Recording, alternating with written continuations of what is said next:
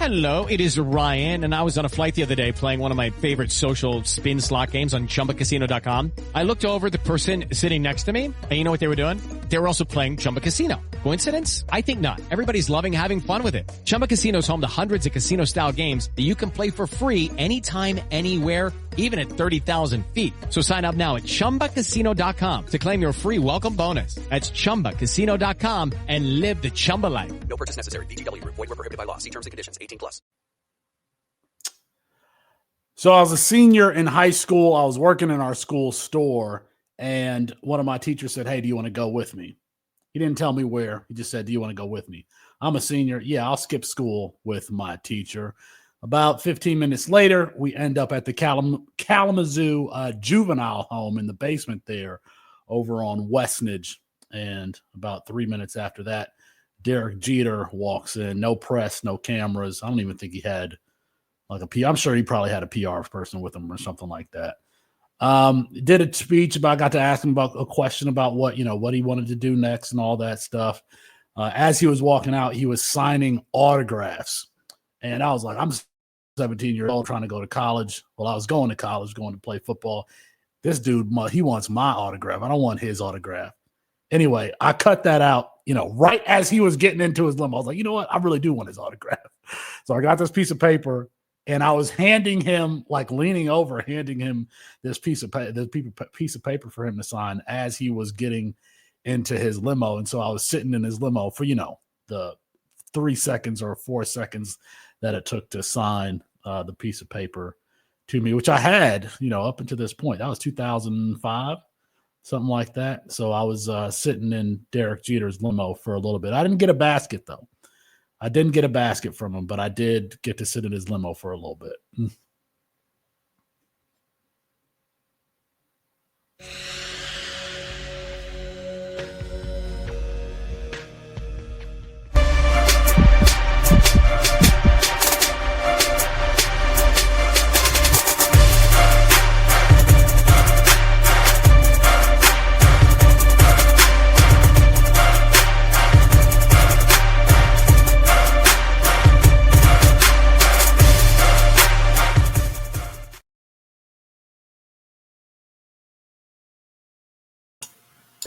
On the fantasy sports advice. Oh, now it's unmuted. Welcome to the Dynasty Pulse. Welcome to the Dynasty Pulse right here on the exclusive premiere over on the Fantasy Sports Advice Network. Later on, we will have our Dynasty Pulse After Dark segment over on the Undroppables and Fantasy Football Plus. However, what we're doing right now, we have a couple of guests that are waiting in the wings. We love Dynasty Fantasy Football, and everybody knows the old adage that Dynasty never stops. It's a year-round endeavor. But you know what? You know when Dynasty starts? Dynasty starts in high school. You need to be going out there and scouting these high school seniors, seeing what colleges they go to, checking up on what their star recruit level is. That's when Dynasty really starts. And we have a couple of guys from campus to Canton who are very, very locked in to this space. I'm talking about Felix Sharpe, and we got Mike Vallerie, Dirty Mike. They're both in the house with us tonight from campus to Canton. Introduce yourselves. We'll start with Felix, and then we'll get to Mike. Hello. I'm Felix. Nice to meet all of y'all. Nice to see y'all. Thank you for having me. Where can people find you, Felix? At Sharpe Review on Twitter, one of the co-founders of CampusToCanton.com, your home for all things college fantasy football. If you're curious, if you love the game, go check out the website. So absolutely. And how about you, Mike? Obviously, you're at FF_Dirty Mike. Oh, yeah. I am from Campus Scan here. I'm one of his contributors. I'm a non-founder. I keep badgering them to only buy into the company. They won't let me do it because they already got it all set. They don't need any extra sponsors there. But it's a great run business, and I love to be a part of these guys and honestly just love the college football space. Awesome. And I'm a subscriber and totally utilize your tools in the FF Eliminator. the college eliminator, this last round from Fantasy Cares, FCE, the FC eliminator. I was absolutely embedded in the Campus to Canton stats and right there on the website. It's an invaluable tool. If you're not already a subscriber to Campus to Canton, get over there. And if you want to win in Dynasty Leagues, you got to know who's coming from where. And we will get way, way more in depth on this episode into what these guys are looking at and how we can use that to our advantage in Dynasty. We got some great questions for you guys. So let's go ahead and get it started. We've got Felix and Grindberg is going to go ahead and launch this thing. Let's go. Yeah, well, thanks for coming on the show, guys. This is kind of like our, Shark Tank, if you will. We're going to probe you guys as far as giving you some questions. I'm sure that you know what's about to come, but we're excited to have you guys on. And then we're going to start the probing with Schultzy. Let's get it going. Mike likes to probe. We probe everyone around here, equal opportunist probers. So for me, Felix, my question here, I'm a guy and like no college fantasy experience whatsoever. Campus to Canton players, like honestly, it impresses the heck out of me. And a lot of my exposure has come from meeting bigz and like hearing him talk about it and just kind of chatting him up like casually about it. Honestly, the whole thing's really impressive to me. In the Dynasty world, we got to focus on one draft class at a time, and it always falls in. So, it's just you add the guys to the player pool. The sheer number of players in your player pool it's like astronomical, like compared to just playing NFL fantasy, right? Mike and bigz kind of hit on it in the intro, but personally for you, where do you begin the process on these guys? You talk about the player pool. I think it's about 14,000. About the last time that I thought about it. Good God. It's a good question, and I'm sorry that I have an abstract answer, but it starts with, personally for me, I have a love and passion for the game. I always have. My uncle was a first-round draft pick in 1982. A few picks after Marcus Allen. 13-year career, 3-time Pro Bowler. I can remember swinging from his arm in the house that he bought for my grandmother. So I love football. Hear my words there. I didn't say college football, I said NFL.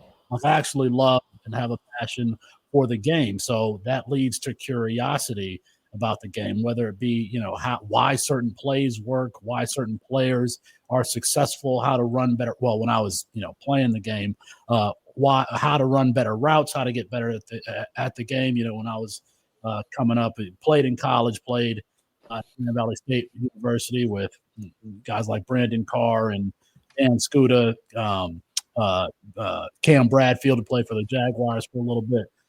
So, where does my process start? I think, and I'm sorry that, I don't do spreadsheets or anything like that. But for me, it really starts with the love that I have for the game. And because I love the game, I'm very curious about it. So, seriously, like if there wasn't college football, I would just go around my local area here and probably go to high school football games, which I have, by the way, and, here in so, that's my. I just really love the game and I'm curious about it. Fantastic, and that's kind of like how we fall into it. I have been to some high school games recently, and they're pretty fun. I was at a game locally in Sacramento, and I saw a tendency that the opposing team from the team that we were watching, every time their running back, their primary running back, would line up on line of scrimmage, they would throw him the ball. So I'm in the stands and I'm yelling to their coach, "They're going to throw him the ball," over and over again. And the coach never picked up on it, but I saw it from the stands. There's a lot of good high school football, by the way, in California. Absolutely. Folsom, Mater Dei, St. John Bosco in St. John Bosco is Southern Cal. Yeah, there we go. De La Salle, Folsom, Grant, those are all right here. Shout out to my boys from Skyline out there. So, there's a lot of good football in California. Love it, and that's kind of I was gonna kind of allude to that. You're so plugged into the C2C game. you have to have a recognition of where those high school hotspots are. I am also a lover of football, and it comes from playing when I was in Pop Warner in high school and all that stuff. And so I enjoy spending my Saturdays with my YouTube TV DVR and just watching games over and over, fast forwarding through commercials. I can get through probably 10 games every Saturday. And that kind of, I found that in Dynasty Fantasy Football, my home league, our commissioner, doesn't watch college football at all. He doesn't know any of these guys until they start hitting like the Athlon Sports Rookie Guide and stuff like that. I've been on them since they were freshmen, and some of them even into high school. So love that. Yes. We got in the show sheet. Our boy Chev is not here, but he's got a question for Mike. Who's picking up for Chev? Coach? Yeah, I'm going to pick up for Chev here. You are, and Chev is a longtime, co-host of this show, and we're going to ask a question from him. So listening to your rankings, Mike, the episode where you were picking up some gems, how tough is it to evaluate guys like Damian Martinez, who broke out early but never displayed true dominance in college? How do you change your NFL expectations of young breakouts who remain consistent but never reach the ceiling they may project for them after a true breakout as a freshman? Yeah. Okay. So my process and my love for football came from player analysis. So I really want to break down a player, understand their play style, and then how that's going to fit into the NFL. And then we don't know landing spot, so I can't really get into that. So Damian Martinez's early breakout, I kind of care a little bit less about. I really like to evaluate players in like a 2 to 3 year window. So like true freshman season, like that's great. What about sophomore year when teams start actually game planning against him? How can they do against that? Also, his freshman year too, he was running with, was that Talise Falga that was on the right tackle too? So he had some, I think 2 or 3 offensive linemen in the NFL already on that line at Oregon State. Now, Oregon State's a shell of its former self, but he goes over to Miami, and it's a little bit of a slow exchange there. So we kind of see the slow adjustment.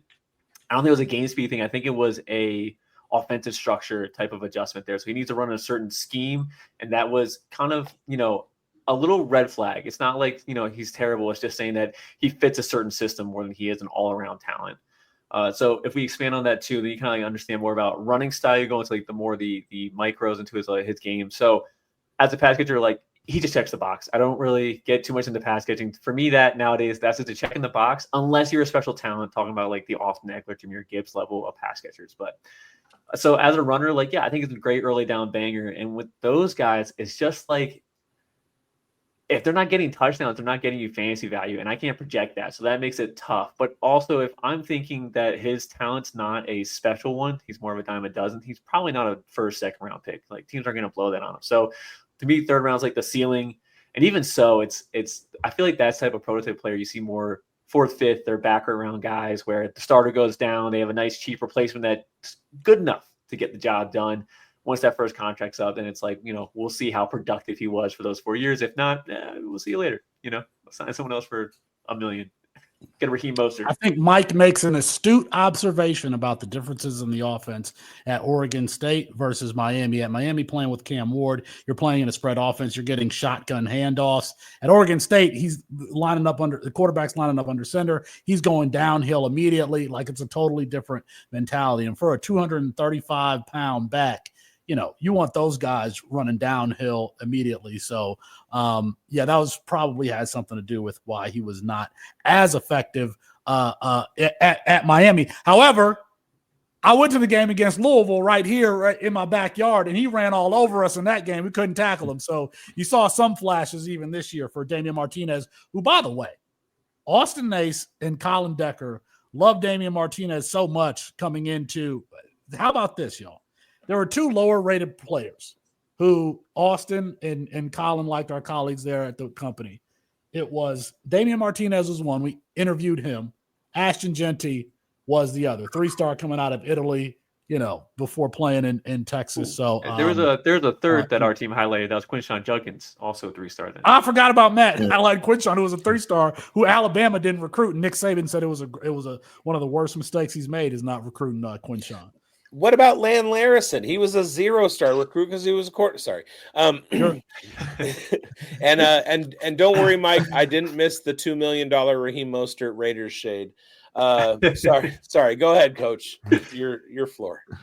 So with a guy like Damian Martinez, who's here now in our Dynasty rookie mocks, and of course our rookie drafts that we will have for Dynasty, let's scale it back and rewind it to a player who kind of fits this mold at the receiver position. NC State's Kevin Concepcion, who's transferred over to Texas A&M, had a superb freshman season. I love him. NC State fan here. Sophomore year, not quite the best. Maybe it's a scheme fit with what they had going on at quarterback. How would you measure a moment in time now? Because you've got the measure mark as a player coming out right now in the NFL draft for Damian Martinez. But now we have a situation where it's kind of like a live rep, right? Concepcion, we love the talent as a freshman. Is that a scheme issue that he had? What's your trajectory for somebody like him in his final years of college? First of all, I think you should like more than you should like CJ Bailey, your quarterback, more than anybody else. And Mike, I'm interested to hear your answer here. But for me, Casey Concepcion is like a poor man's Luther Burden, schemed up, slot wide receiver. They're using him in the run game. I love the freshman season, but I think that Casey Concepcion is super overvalued right now because he does. When I look for a slot wide receiver, I'm looking for Ladd McConkey type trademarks. Ladd McConkey, who I comp to Antonio Brown coming out because this is a guy that's very difficult to stay with. Like that's the type of slot receiver that I like. Like these guys who you can use them at running back. You can use them you might get Percy Harvin. You might get who's my man for the who got just traded to the Commanders? Debo Samuel. Yeah, Debo Samuel. You might get that guy, but you also might get Laviska Shenault. Yes. There we go. Who I said this dude is I said he was a running back coming out. I said this dude is a running back. I have no idea. Why is Laviska Shenault not returning punts? Why is Laviska Shenault not being used in the red zone as a wide receiver? It's because he's a damn running back. That's why. I feel similarly. I think that Kevin Concepcion fits on that spectrum. But the problem is that he doesn't have the size that Shenault had, that Debo had, that Luther Burden has. So, and then they added a lot of guys at Texas A&M. So I kind of think that, if somebody's listening to this and you're playing Campus Can, I would sell Kevin Concepcion immediately.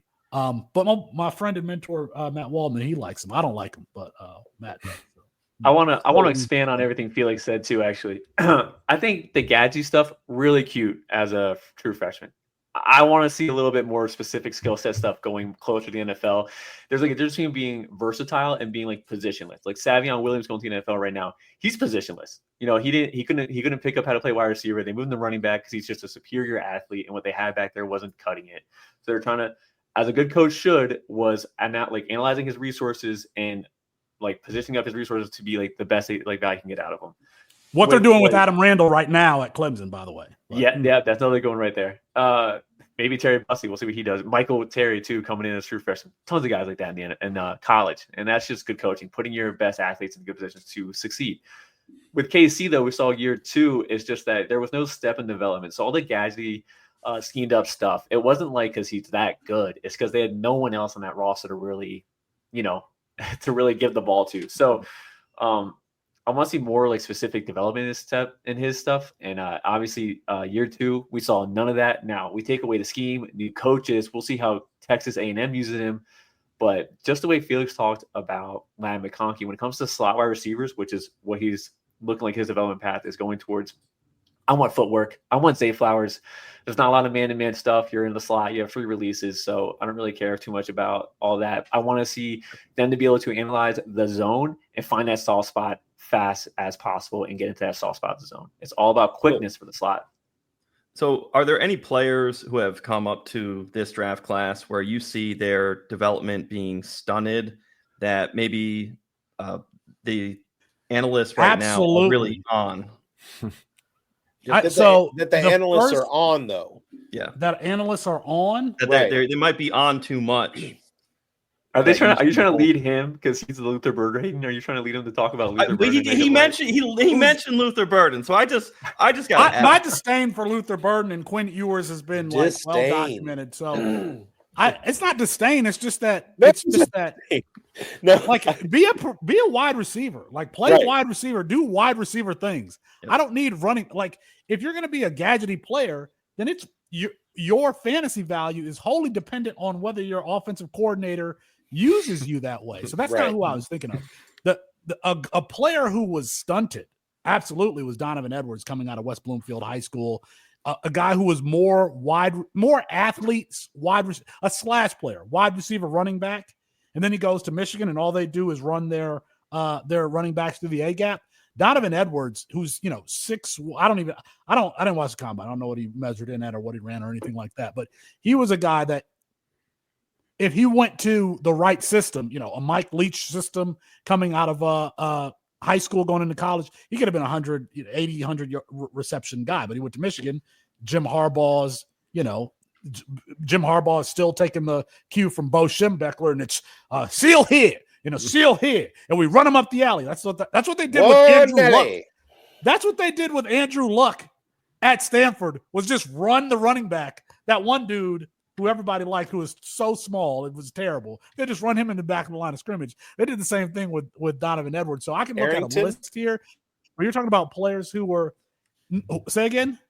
Arrington. I don't think it was Arrington, but I can look at a list here of other guys who you talking about stunted by their college. I have some names. I can think of some other players. Yeah, I'm gonna take over for Felix here and just give some names here. I have two. One for receiver, one for running back. Running back is gonna be Raheim Sanders. Very obvious. We talked about a lot here. Is the added weight, like these strength and conditioning programs trying to add on all this muscle to give these guys power, but then they sacrifice power for their functional mobility and athleticism. That was clearly Raheim Sanders. Ollie Gordon probably fits this too, adding on that extra 15 pounds, actually a little bit heavier since winning at the combine. And then on the receiver end is Tez Johnson. A lot of these gimmicky offenses that are very high octane and they score a lot. We love those guys. They look really great in the spreadsheets and everyone that does like the analytics, but like Jalen Hyatt didn't know how to play wide receiver. And I think everyone understands that now, that he doesn't know how to play wide receiver. Tez Johnson, same thing, very low A-dot type player.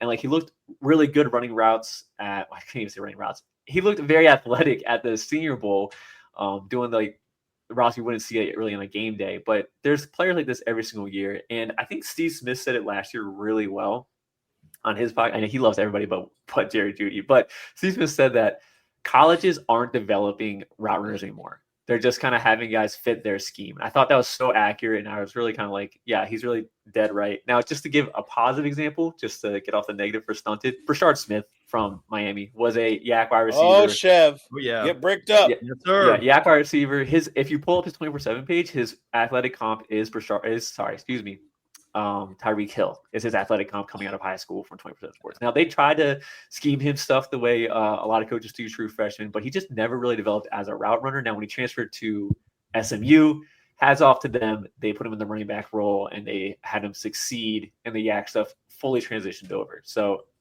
a discount Tyrone Tracy type story there. Mike, did Brashard Smith break all the year 1-0 thresholds? 6 of the 8. 6 of the 8. Okay.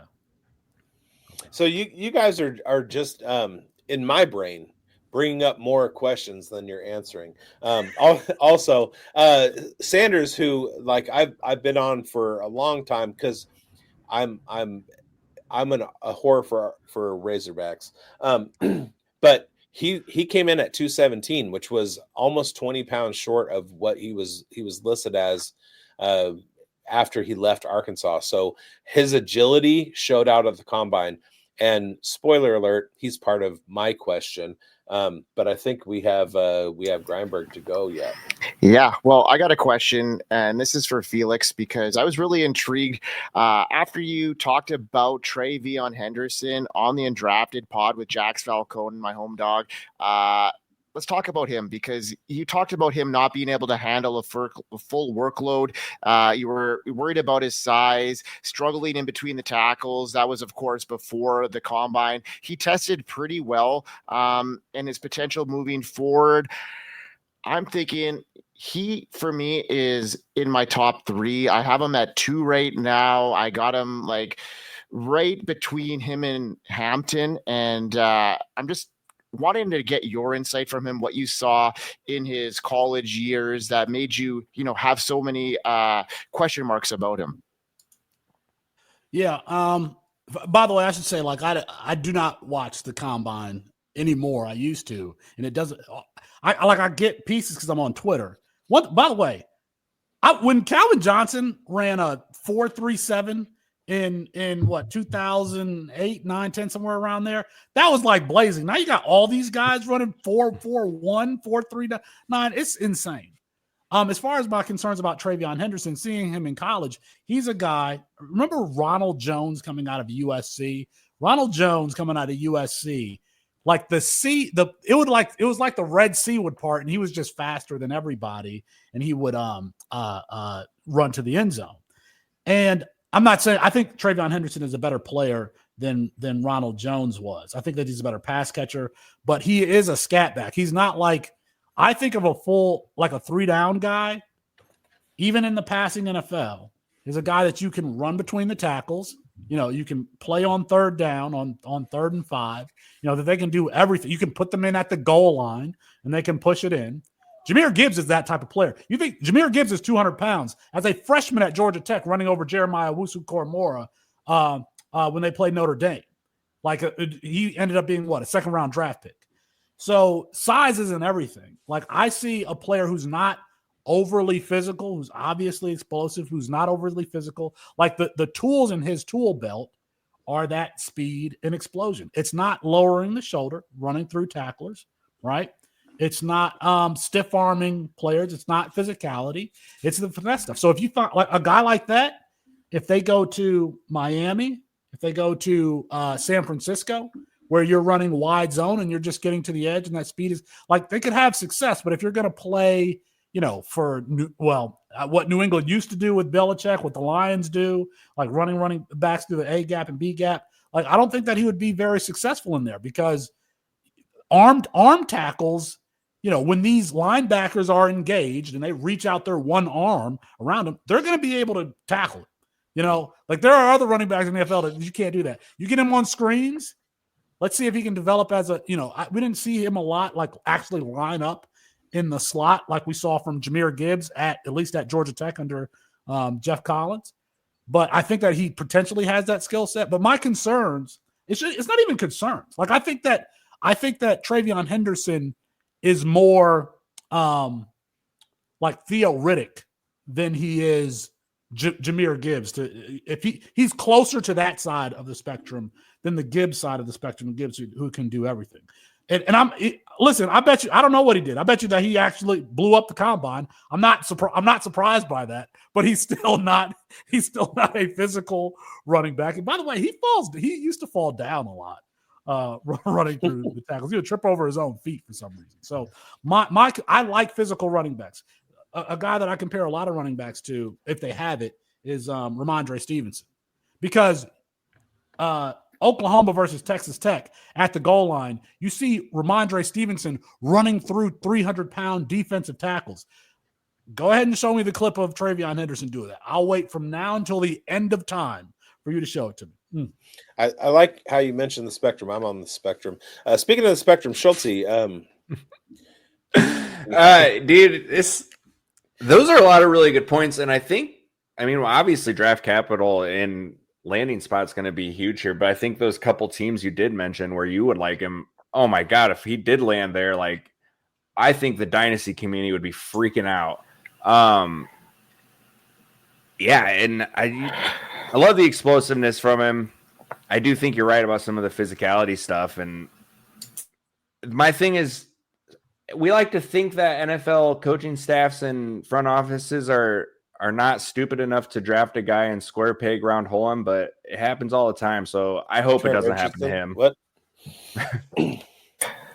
Yeah, in the right spot, I think that he could be very, very good in fantasy football, and I think he could have a longevity there rather than like a bruising back, like Omarion Hampton or a Caleb Johnson. I think that, when we're talking about dynasty football, I see him having a longer shelf life and being, a guy that could float into the top 10 in the right landing spot. I could see him being, with the Chargers or the Chiefs and being a very good, complementary back that they're going to really use as like a 1-2 punch, like very similar how they use, Jahmyr Gibbs in Detroit. And it's going to be very much landing spot dependent, but I think that a team is going to, pay up and he's going to get into the first round potentially. And if he does that, I think that could be a very good indicator as where a team puts him, just like a Jahmyr Gibbs. And if he gets first round draft capital, I'm going to be all in on him because of that longevity I see as a guy that isn't going to need to run through the middle of the field. He's going to have probably a little bit longer of a career. And I see that being very, very profitable for me in a dynasty spectrum. Now my brain is starting to spiral right now. There are so many things going on in this conversation. I have a question that I had written on the show sheet. I mentioned before that I'm getting more questions popping into my brain, and I'm trying to focus and kind of whittle things down.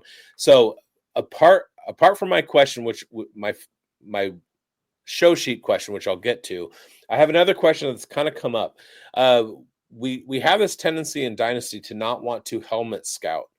There are certain situations where Ohio State wide receivers, Brian Hartline pipeline, LSU wide receivers, specific, like in IDP, we look for like specific schools, linebackers. You got Iowa tight ends.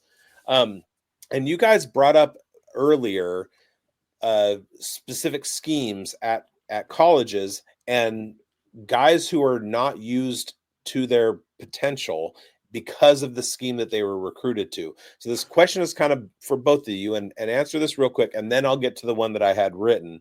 Are there any programs that you see that are better fitted to create an NFL player than on the college side, where that college coach or that college offensive coordinator is just trying to keep their job or win or get to the playoff or whatever, but this other school over here doesn't care about how everything shakes out? What they're doing is creating NFL players like Berkeley. Mike, you want to go first? Yeah, I can do this. I don't really follow the programs per se. I more like to follow the coaches. The coaches kind of are the scheme. When they, when schools bring a guy in, they don't say, "Hey, this is the scheme you're going to run." They bring a coach in to bring in his scheme, and so on and so forth. So, like following coaches for scheme, for example, instead of saying Ryan Davis is the obvious answer, I'm going to talk about Garrett Riley here, who is the current coach at Clemson. He is the OC there. But before that, TCU. And I know you guys in fantasy for Dynasty know all the TCU first rounders that were not working out.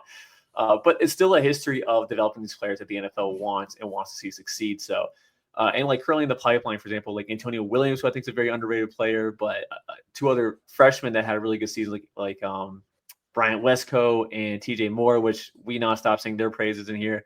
There's coaches that definitely develop players better at certain positions. And I think those guys are always good to follow. Now, like the whole like helmet scouting thing, I feel like that's kind of like a PC thing to say because you can't just write dudes off. But like, I think my process honestly starts with trends. So like, yeah, I'm looking at the Power 5 guys first, and like quite honestly with like receivers, I maybe look at G5 receivers. I'll look at the obvious ones. That's your Jalen Royals, Ricky White, and Torrey Horton this year, and maybe sprinkling two other guys to get some buzz.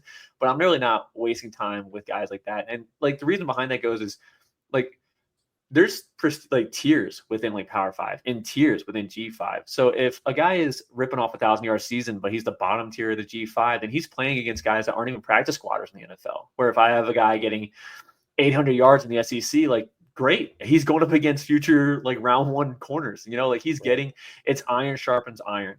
That's the whole like idea of it. So I think helmet scouting is okay to a degree. Certainly that's, I think, where everyone starts off their process. Like everyone from Dynasty, I think probably goes straight to Ohio State for wide receivers. They go straight to Alabama for running backs, the typical insert position group U. That's kind of where you guys go. And I don't blame anyone for that. I do it too. Okay. All right, Mike, I got two notes for you. I'm going to coach you right here in front Let's of go. One, All right. Okay, this is a Dynasty podcast, so you can't just throw out college names out there. You got to provide more context for who those people are. Yeah. Because this is a NFL podcast. And two, I'm not exactly sure if you answer the question. I'm going to try to answer it. So we're talking about, are there certain player scheme fits in college football? Yes, absolutely. And I don't know if I'm answering the question. Yes, absolutely. I mean, we could probably spend a podcast talking about them. So just a couple that come to my mind. I already mentioned Jim Harbaugh. By the way, Jim Harbaugh and what Michigan do what they do offensively, that's why we were apprehensive about J.J. McCarthy going there. That's why we're kind of we haven't seen J.J. McCarthy on the field. I'm still apprehensive about what he's going to do as an NFL player because they never put they never relied just on him to win the game. They never really did it. Despite him being a 5-star prospect coming out of IMG, highly touted guy, they still they're so stubborn. That offense is so stubborn. That coach is so stubborn.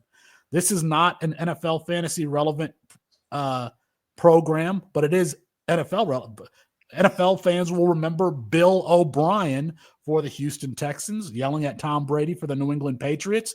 He prefers drop back white men as quarterbacks, okay, that do not run. He inherited, when he went to Boston College, he inherited one of the best dual threat quarterbacks we've seen in college football in a couple of years, a guy who ran for 1,000 yards 2 years ago. I said, as soon as they hired Bill O'Brien, that Thomas Castellanos is the name of this quarterback, by the way. Very much runs around like coming out of Ware County, Georgia. Very much runs around like Russell Wilson, except scrambles and does all that stuff. Except for he actually takes off running. He doesn't just scramble to throw. See, Mike, that's how you provide the context for the play. I'm sorry. So I said as soon as they hired Bill O'Brien, I said this isn't going to work. Sure enough, Thomas Castellanos' rushing numbers were cut by 60, 70%.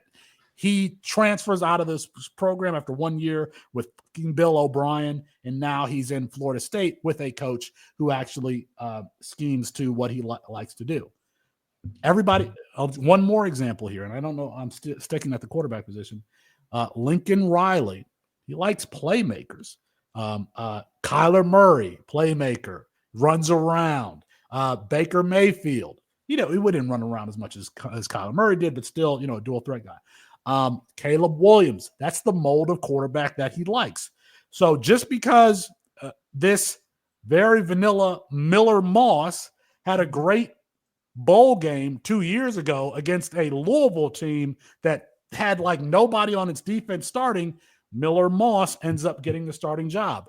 We knew that there was a Kyler Murray, Caleb Williams type who was backing him up. I was like, you guys if you're playing in campus to Canton leagues, you have to go trade for this guy who was excellent as a redshirt freshman at UNLV, who plays very much like Caleb Williams. His name is, God damn it. What's his name, Mike? Jaden Mayava. Jaden Mayava. I'm sorry. And of course, Jaden Mayava takes the starting job. And coming full circle, where Miller Moss, who got his spot taken from, he came to U of L, the same team that really launched him into the starting job because he, went bananas. He threw 7 touchdowns in an exhibition bowl game. So are there scheme player fits? Absolutely. It's been thrown out that there should be a consulting service that advises players whether or not their skill set fits the program that they're going to. Because I don't think the kids actually know, whether or not their skill set fits that coach and whether or not they can actually ascend on the depth chart based on who he knows actually there. We've talked about that potentially being a business because we think some of these kids. It sounds like you already have the name filtered in campus to Canton. Reach out to the incoming freshmen and stuff.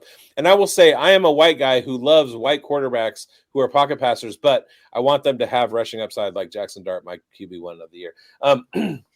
But I'm going to get on to my real question. Chev, or Mike filling in, gave us a preamble to what I want to talk about. I talk, and this kind of comes from baseball. I talk about post-hype prospects, guys who had a whole lot of talk and then they kind of fell off. And we alluded to it at the beginning of the show. The kinds of players, early productive breakouts like Ollie Gordon, Raheim Sanders, we talked about, 5-star prospects that didn't hit their perceived floors, like you mentioned Quinn Ewers, Brew McCoy. With Quinn Ewers, we know there's a 25% hit rate with 5-star quarterbacks. It drops down to like 12% if they're 4-star or under. Brew McCoy was the number 1 wide receiver in the class, according to 24/7. Nobody's even talking about him. The perspective on these guys changes over time because in campus of Canton, we wait for them to kind of rise up. We wait for them to repeat the years that they have as freshmen or sophomores, or hit what they're supposed to hit, their potential from their incoming freshman years. The average fantasy owner doesn't hear about these guys because they start to fail in college. They're value craters. Do you find yourself in your campus to Canton leagues when they are rising to the dynasty level?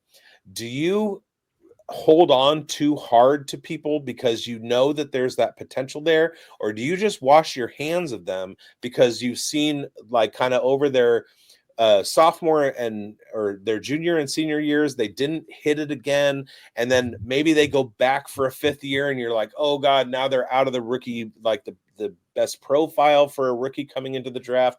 Are there a couple of guys in this draft that you're excited about? Because like I'm excited about Raheim Sanders. He was like high on my RB list a couple of years ago, and then he went through injuries and coaching changes at Arkansas, and then he transferred and all that stuff.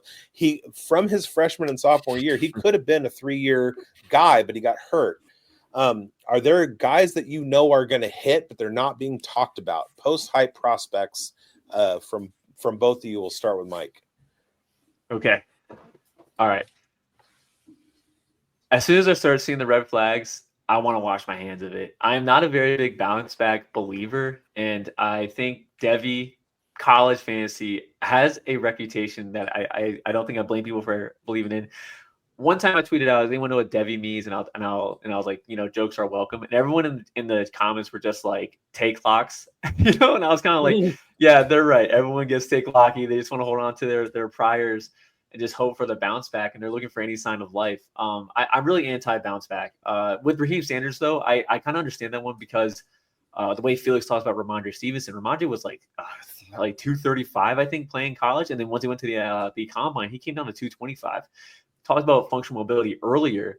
I like to see guys lose weight that are overweight because they have a mystery factor then on what is their new functional level of mobility. So, not that I hate the Raheim Sanders call. I actually have a few Raheim Sanders shares myself. He was RB1 for me multiple years ago. So I get that one for sure, 100%. But for the most part, yeah, once I start seeing the red flags, I tend to want to wash my hands of it. Now, that definitely bites me in the butt a few times. Like, for example, Jaden Daniels. He had no signs of development for 4 years straight. It was the same old every single year. And then his final year, it just flips a switch. And it was one of those equations where there was no outside factor changes, like same school, same program, same receivers. Like there was nothing there for me to think that all of a sudden he was going to figure it out, but he did. So I missed out. I absolutely missed out on him, and whatever. I'll have to pay the premium of the trade for him. But yeah, there are bounce back candidates. I'm usually pretty off of it once I start seeing the red flags coming. I don't want to hold it back. I want to get the value while I can. Right. How about you, Felix? Are there bounce back candidates? I don't want to say that we. Yeah. I want to talk about Raheim Sanders. We want to talk about his come up. Okay. But yeah. So the question is are there bounce back candidates in this? Well, it's kind of two parts. Are there bounce back candidates, and do you find yourself holding on too strong to guys because of their potential? Gotcha. I do have one I do hold on to, but I'll wait. It's whatever I think. However, my opinion evolved or was informed by their, freshman year to their senior year, that's my opinion of that player. Now, the thing about what we do at Campus Canton is like I've kind of like we've moved on from this class. Like we're looking at Bryce Underwood and the freshmen that are coming in. So like these players' value it shifted between their freshman, sophomore, and junior year, and then it kind of like solidified and congealed. So it can be easy to get take lock, and then you get the dynasty community jumps in once they and then like I'll talk to Scott and I'll be like, I didn't realize that player was going to be an NFL player, or I didn't realize that was the opinion about that player. Like I'm getting surprised that people are like Jackson Dart was one of them. I didn't realize that. We liked Jackson Dart at USC. When he was a freshman, right. He's if there was a swag All-American team, he would probably be the starting quarterback on the swag team. So, but yeah, I can get take lock either on my negative opinion or positive opinion of a player. Just it's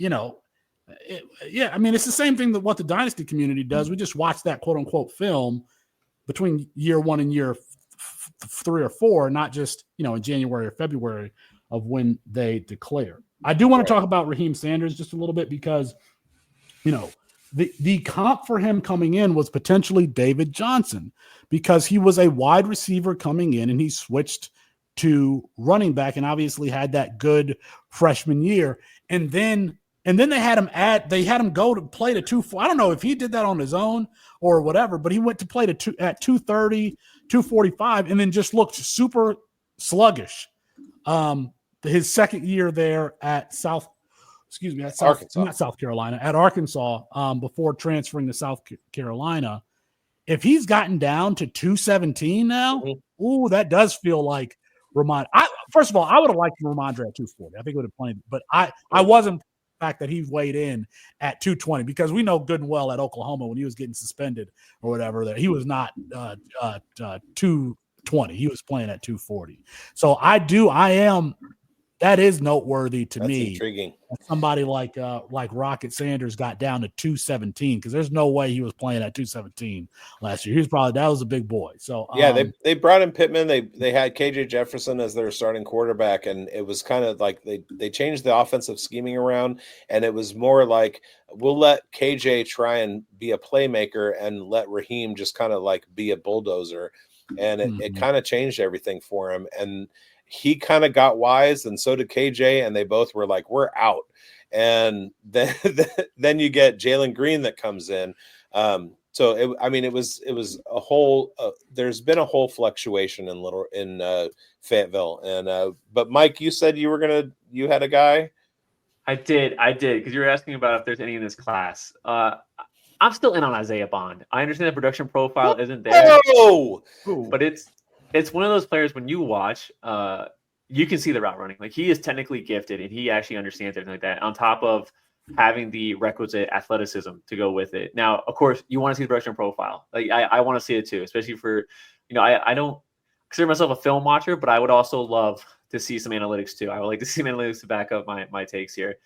And also his production period was during the first 5 weeks of this year. Like that's all the non-con games. I was already knocking the guys for, the lower G5 guys. It's like, I don't really care about a future NFL guy just creaming on dudes that are selling me insurance here next year. Like it's cool. Yeah. But like, let me see you like also play well against future NFL talent. So that's a player that I don't hate on anyone who doesn't believe in the talent. I'll totally get it. But I feel like the ceiling and the potential is just so high. I have to take him in certain spots. I can't let him slide that far.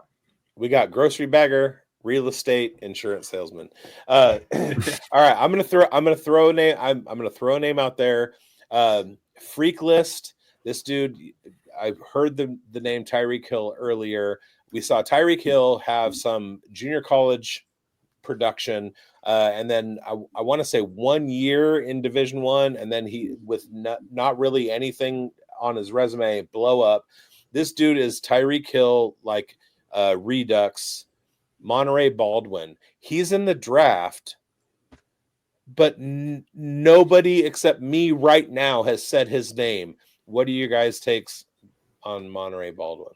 Okay, no, You got to listen to Cam's Skin podcast feed. So Monterey Baldwin has timed as the fastest player in college football a couple of times. Now, what was significant about him, he was at Baylor, but Zach Wilson's offensive coordinator, Jeff Grimes, who was his offensive coordinator there, went from BYU to Baylor. Now, that's significant to me is because they run a lot of wide zone play action stuff. So there's always like a backside. That's a long play action play. They always run a backside post with some. That's just a standard play in that system. And so you need a guy with take the top off the defense speed. Who else could have take the top off the defense speed than the fastest player in college football in Monterey Baldwin? It's funny. I have not heard anybody in the NFL space talk about his name. I didn't even realize he had declared for the NFL draft. He declared.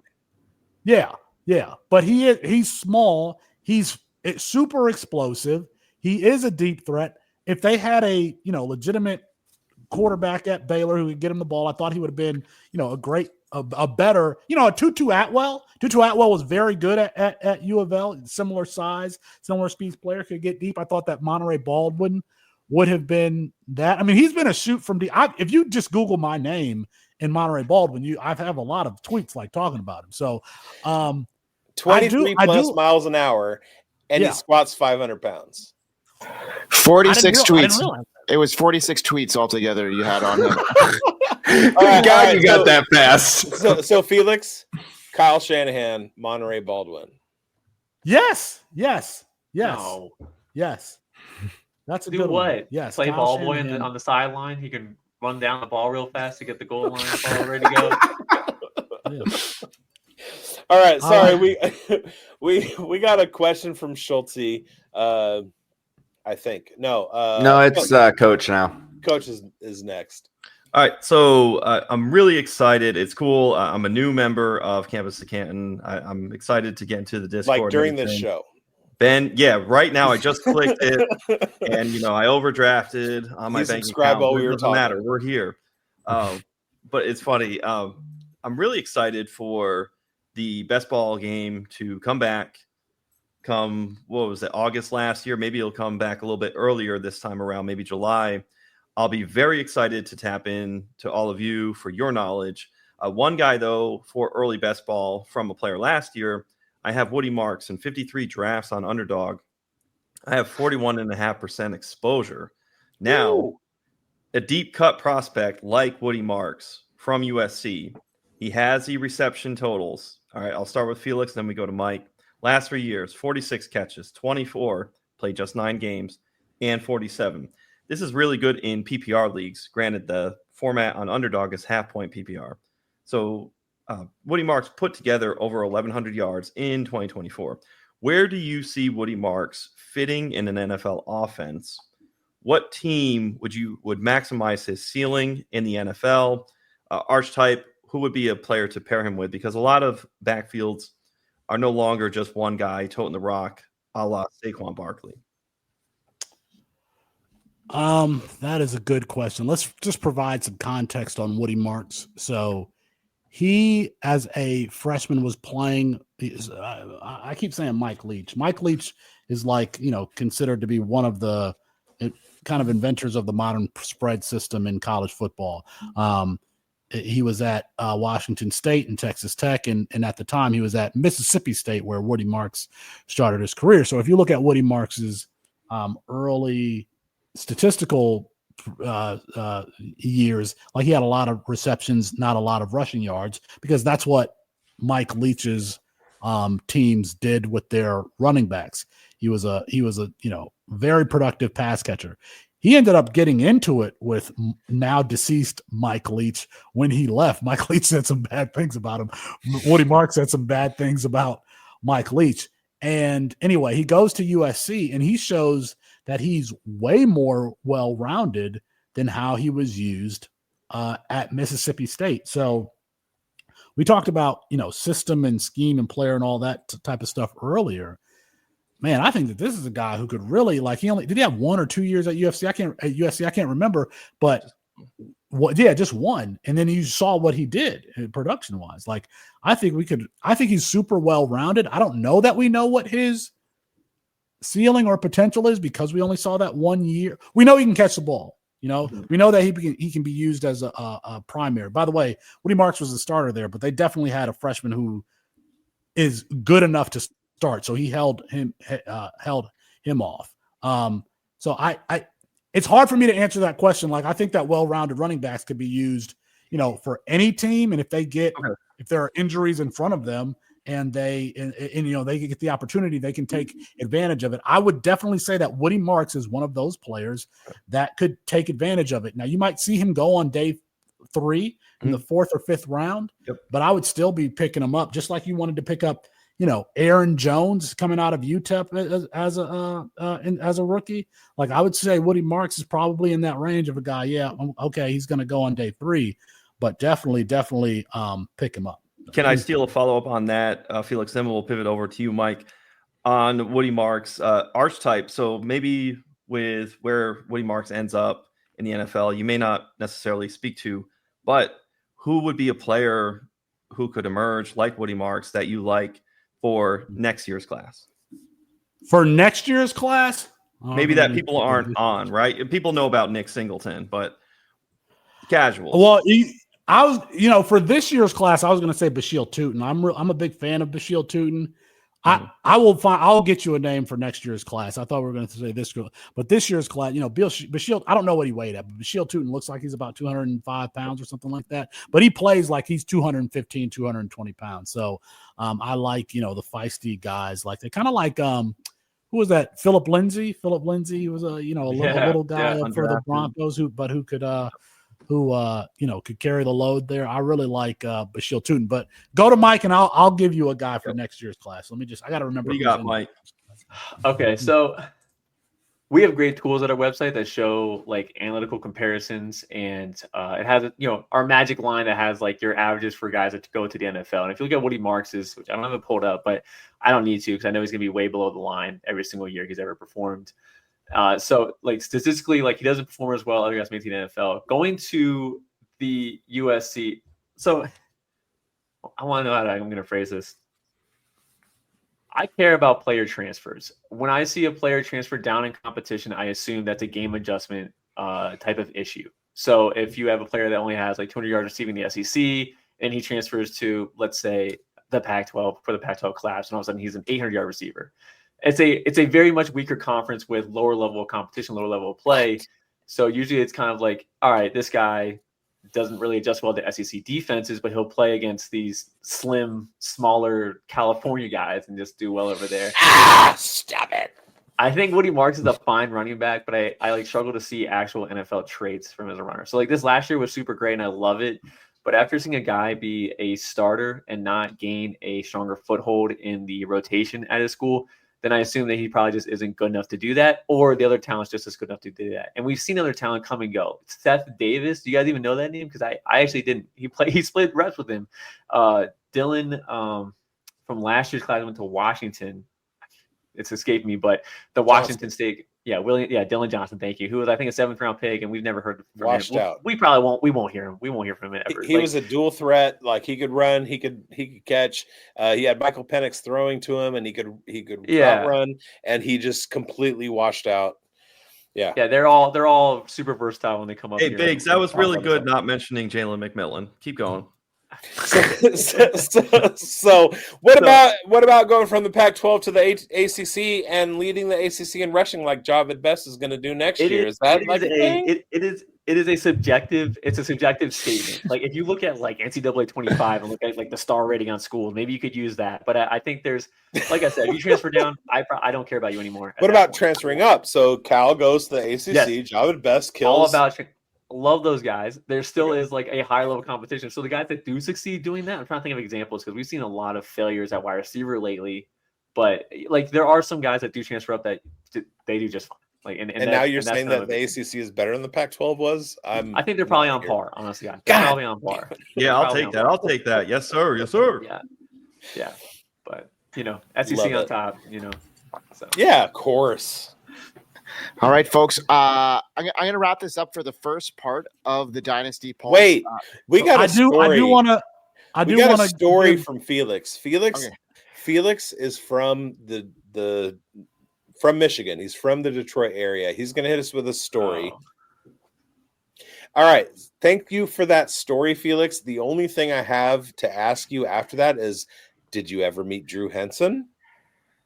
No, I've never met. Okay, I've never okay. met Drew. I've met Bill Cosby though. I've met Bill. No. Okay, no. let's go back to the All Jeter right. story. No Drew Henson. We're good. All right, Mike, go for it. I didn't know Felix was a victim like that. We love it, guys. Okay, we're gonna wrap this up. Feel free to stick around for After Dark. We got a lot more conversations Dynasty happening. Pulse After Dark. But we had Felix Sharpe and Mike Vallerie from C2C Campus to Canton.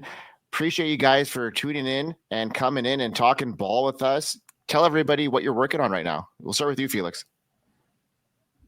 I'm not working on a damn thing. Go to campustocanton.com and sign up at the website. Play college fantasy. Play a Campus to Canton league.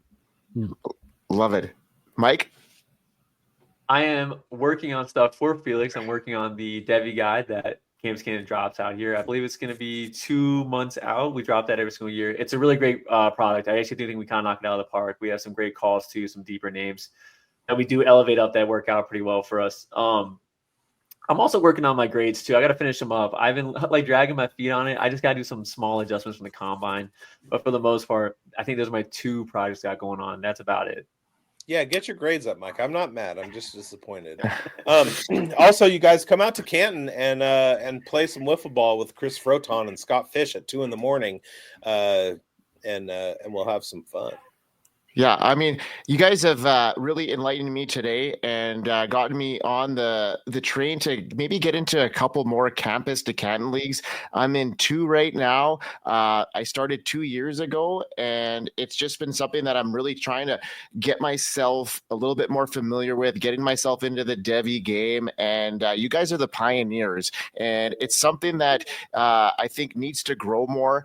And you guys are the pioneers of this, so we appreciate you guys, laying the footwork for us to get more involved, and we hope to help you guys build that community and get more people playing these Devi leagues and Campus to Cantons, because they roll into Dynasty. So if you're into Dynasty, try your feet into a Campus to Canton league. They're exceptional. Anything to add to that, guys? It'll only help, and don't worry, Mike, I'm not going to tell them what you did. It's okay. No, I just appreciate you guys having me. It's been a joy talking to you guys, so I appreciate it. All right, guys, from all of us on the Dynasty Pulse, we'll see you next time. Peace out. Stick around.